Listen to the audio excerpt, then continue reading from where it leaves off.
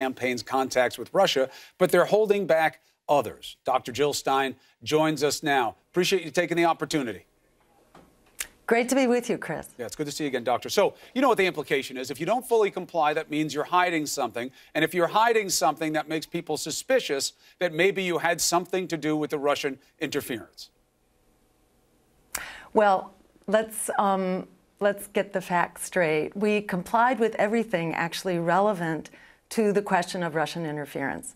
We turned over all of our communications with Russian media, Russian government, Russian business, although there was no communications to turn over. Likewise, anything having to do with WikiLeaks or with opposition research or Fusion GPS. We actually fulfilled all the requests. Most of them were blank. We didn't have any such communications.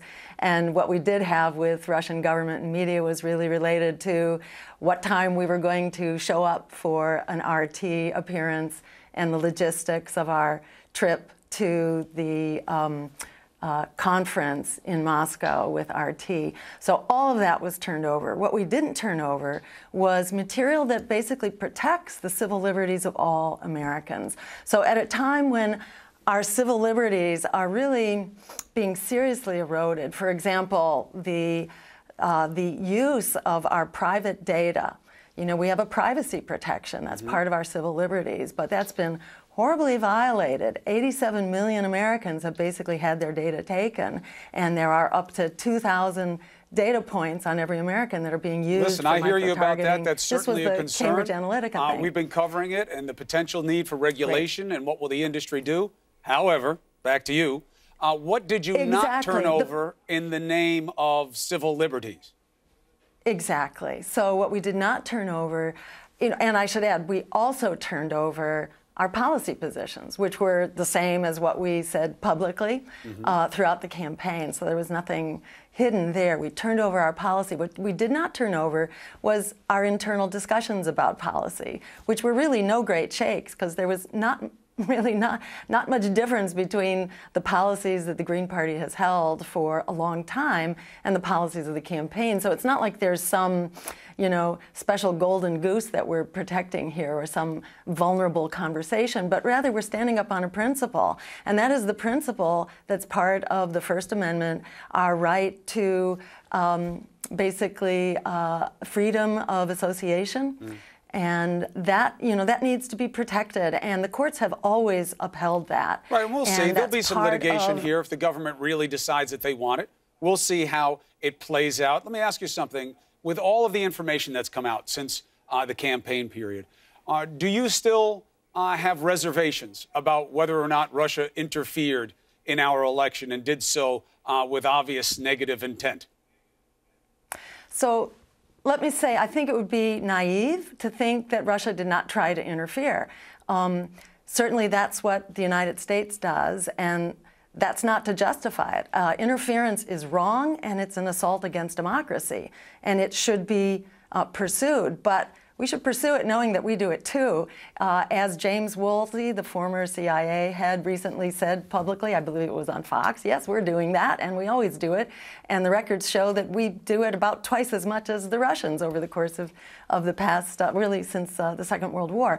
So, you know, this is an issue, and it should be solved, I think, not by, you know, retribution, not by going to war, not by saber rattling. It should be solved really through dialogue and diplomacy, which is showing, you know, that it gets real results on the Korean Peninsula right now. We need to adopt that position right now and not go at it with bombs and missiles and threats, but with international dialogue. And we need a treaty for international non-interference in elections. You know, that would really be the case for Russia to make, not from the American perspective. Of course, there's hypocrisy involved. Lots of different big state actors do lots of things that they may not want people to know about. But let Russia say that the United States did this to us, and here's how they did it, so this is fair play. From the American perspective, and you running for president more than once of this country, shouldn't your position have been, this was bad what they did, they're trying to do it right now, and we have to stop it?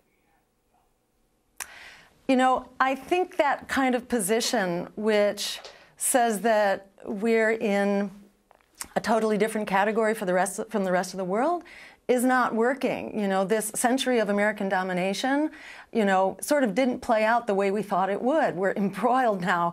You know, we have the military in practically every country around the world. In the recent taxes that people paid, the average American paid almost $3,500 that went into the Department of Offense, I would call it, not the Department of Defense, $3,500, whereas we put $40 into the EPA. You know, 57% of our discretionary dollars now are going into the military. It's part of a mindset that says, we're always right and they're always wrong, and we're going to be, you know, dominating militarily and economically. We're in a multipolar world right now, and, you know, we need to behave as an exemplary member of the community, and that is by upholding ourselves and leading the way on international law, human rights, and diplomacy. Well, one of the ways you do that is... That approach is really paying off on the Korean Peninsula right now, and I think we should be using it more broadly. Well, that's an interesting nod to the success of the administration, and it's echoed by many others. We'll see where it goes. Hopefully, there is peace on the Korean Peninsula. That may be something that Russia is not that interested in, and that goes to why there's such tension between the countries. Let me ask you one last thing. Why did you go to the RT anniversary and put yourself in that position? You had to know that it would have negative implications for you politically and optically. So remember, this was 2015, and this was at the time that our president, Barack Obama, was still on a track of the reboot with Russia. So, you know, we can, you know, when we use the retrospectoscope, you know, it's important to put us in the context of the time. So it wasn't nearly as controversial as it would be right now. But that said, I think it's really important.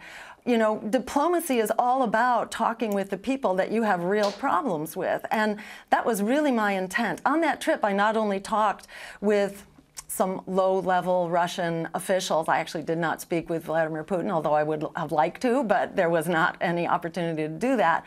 I also spoke with Jeremy Corbyn. I spoke with the deputy climate negotiator for China about the real issues, the crises that we have to solve, and we have to solve them in dialogue and diplomacy. And that's not only the war in the Middle East and in Syria, it's also this confrontation with nuclear weapons that we're heading towards, which is extremely dangerous, and the climate catastrophe. We need to be opening doors of dialogue right now, not closing them.